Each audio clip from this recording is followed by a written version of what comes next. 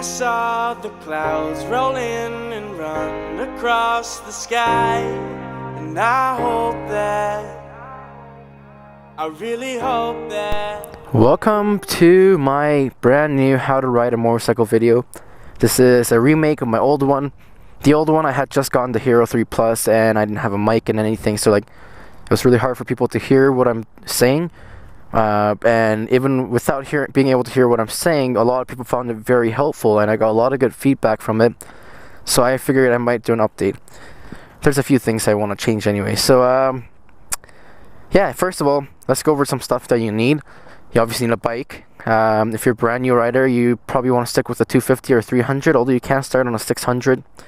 600 is less forgiving, so if you screw up on it, there's a better chance of you crashing. It's all about rider ability and their self-control on how to do things. So yeah, if you're comfortable going on a 600, go for it. You'll have lots of fun, but if not, 250 and 300 is more than enough. Well, actually, 300 is more than enough power. Ninja 300, I loved mine. The 250 is enough power, but I heard it revs pretty high on the highway. I never really rode a 250, except for when I was learning on it. So other than that, yeah, stick with the 300 if you can. Anyways, gear. You need boots. Okay, well, essential gear. You need some kind of jacket, preferably leather. It's something that covers your body, upper body, and helmet.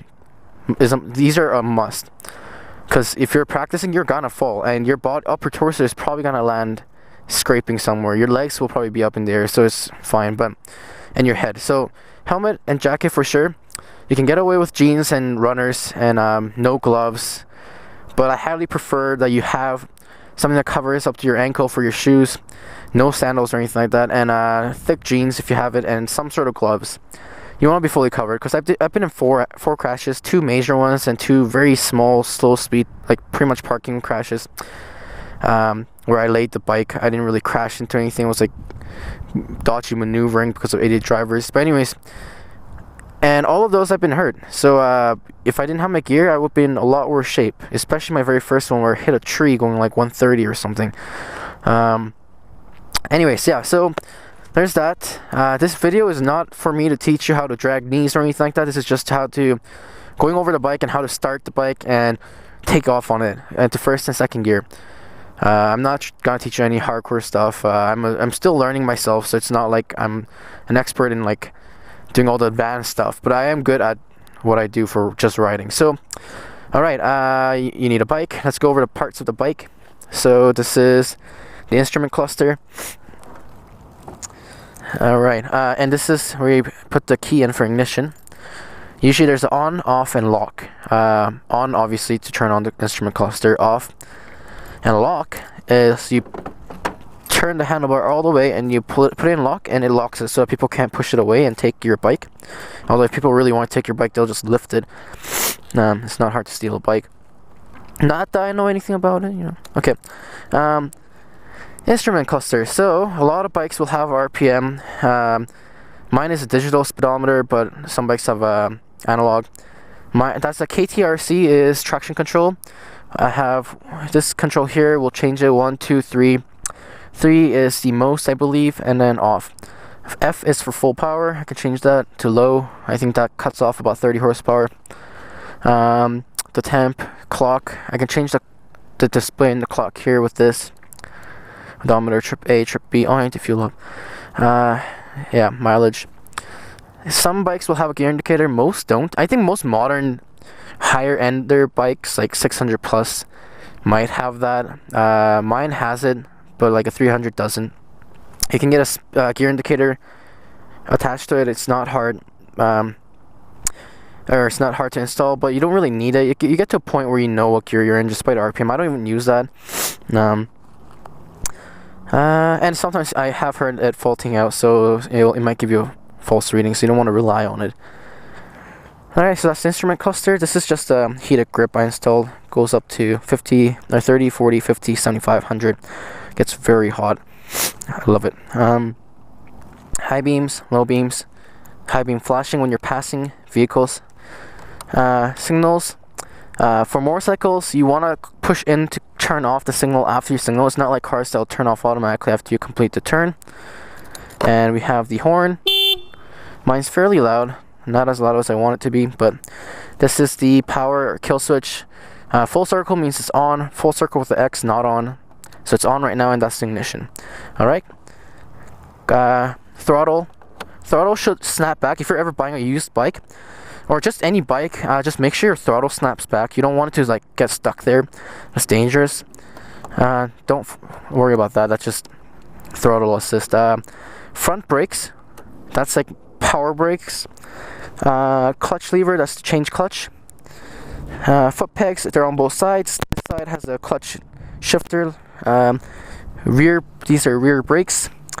And passenger pegs. These are for passengers. They sit on here. I don't generally give rides to passengers. The only person I give ride to is Hillary.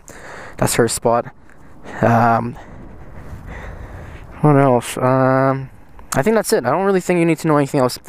Alright, so how to shift gears. So I'm gonna try to give you an image. Let's say my bike has 5 gears, although it has 6. Here's 5. First, second, third, fourth, or no, let's go like this. First, second, third, fourth, fifth, okay? Cars, you can shift from first to sixth to third, whatever. You just shift it, right? As long as your RPM match it. Or go to neutral. Bikes, it's all in order. You can't just go from first to sixth. You have to go in order to sixth, or fifth, I guess, in this case. And neutral is located right in between first and second. Neutral is where your gear is not engaged and your wheels aren't locked. It will move around freely.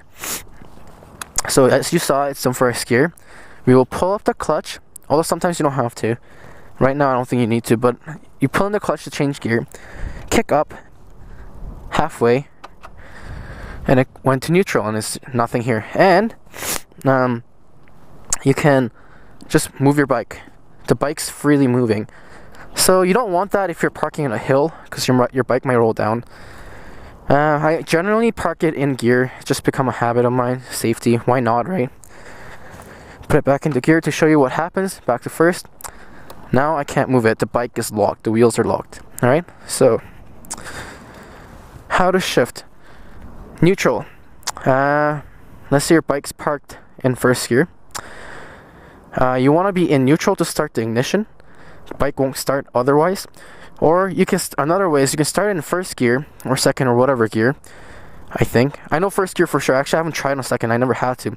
It starts on first gear only if you have the clutch in. So it's kind of like the manual cars. If you pull the clutch in while you're in first gear, and the kickstand's up, then it will start the bike. Other than that, it won't start unless it's in neutral. And it'll turn off, the bike will turn off if the kickstand is down. That's a safety mechanism. You can't move with that down. So, first gear, you kick up on the shifter. It'll go to neutral or half kick. Full kick will send it to second. For another full kick, third, and then so on. And you kick down to go back down. Right? That's how you shift. That's shifting in a nutshell. So how to shift is let's see here. How do I go about this? I guess. For shifting, first of all, what you want to do is if you're going up a shift, so you're going like 20 kilometers per hour or whatever that is in miles, like 7 or 5 or whatever. Or sorry, 10 miles. I don't know. And you want to go to second gear now because you're starting to need more power or whatever. You need to change the gear. You pull the clutch in. You let go of the throttle. So your RPM is going right here. Let's do this.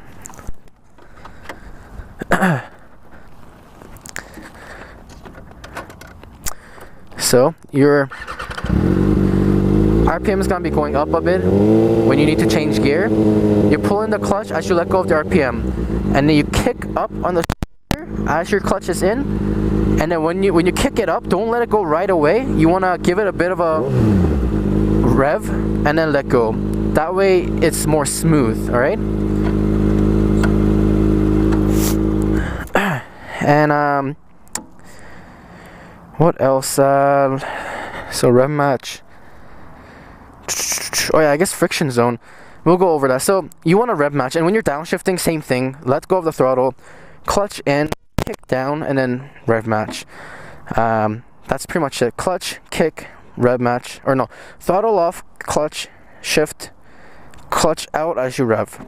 And that will actually, it sounds complicated when you're thinking about it. I remember that I thought it was complicated when I was learning how to, or when I was watching videos like this. But when you're actually on the bike and doing it yourself, it makes sense, or like it works. Just trust me on that. You might not get it right away, you might stall, but it'll just come to you. So let's get going here. Alright. I'll show you what a friction zone is. That's where the gear engages. For my bike, it's just near the end, right before I let it fully go. Some bikes are up here, like White Tiger, CBR is like in the midpoint. Mine's at the end. So, kick it down, first gear. Right now it's not moving, but if I get that down to there, I felt it engage. You'll feel the bike engaging, and that's where the friction zone is. And as you can see, the bike's moving. I'm kind of tiptoeing to make sure I don't fall over, but the bike's moving by itself. And if I give it a bit of gas and let go of it fully, there you go. Now I am in gear, and that's how you start on a bike and drive. So congratulations, you are now riding a motorcycle. That's pretty easy, right?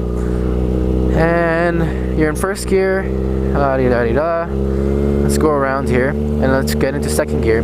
Hopefully I can do that without running out of the road here. So you want to get to second gear. You pull in the clutch and kick up. Clutch, kick, rev. Okay, that was a little over exaggeration, but you get the point. Clutch, kick, rev, or let go and while revving. So it's kind of hard to explain while you're doing it because it happens so fast, but that's just how it is. So same thing, but downshifting. So let go of the throttle, clutch in, kick down. There you go. That's how you downshift. Fairly straightforward. That's all there is to it for riding a motorcycle. Yeah. Let's go over the mirrors. The mirrors, side mirrors, fairly straightforward. When you're sitting properly, not raced sitting, not like that. When you're sitting, just regular riding, whatever position you're gonna be riding in, you should just see the edges of your elbow. You should be able to see your elbow, not the whole arm, but like just the tips of the elbow, and the rest should be road. That's how you know your side mirrors are adjusted. All right. And I guess one thing I want to mention: make sure you find a parking lot that's empty and fairly spacious, with no gravel. Pea gravel might be okay, but preferably clean because you're new and you don't want to slide or slip anywhere. This parking lot is pretty good because it's got turns and it's got some open space everywhere. But there's a lot of elevation. It's like wonky. I don't know who designed this parking lot, but it's a lot of up and down here. So yeah, I think I covered everything. That's the parts of the bikes and how you start on a bike. I have videos on counter steering and slow speed maneuvering and all that stuff. If you guys want to see anything else, just let me know in the comments and I'll try to film it for you if you have any questions, or I'll try to answer in the comments. That's why I made the slow speed video, uphill, downstart, all that, or downhill, all that video, because people wanted me to make the video of it. So go check that out. And yeah, congratulations. This is how you ride a bike. Make sure you stay connected through Instagram, Facebook, Twitter, whatever. They're all in the link, or the links are down in the description. And those of you wondering where I've been, I'm not dead. Thanks for asking.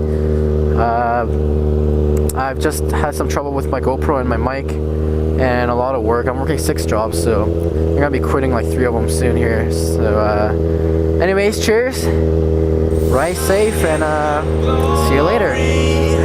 We'll win the fight. They'll tell the story.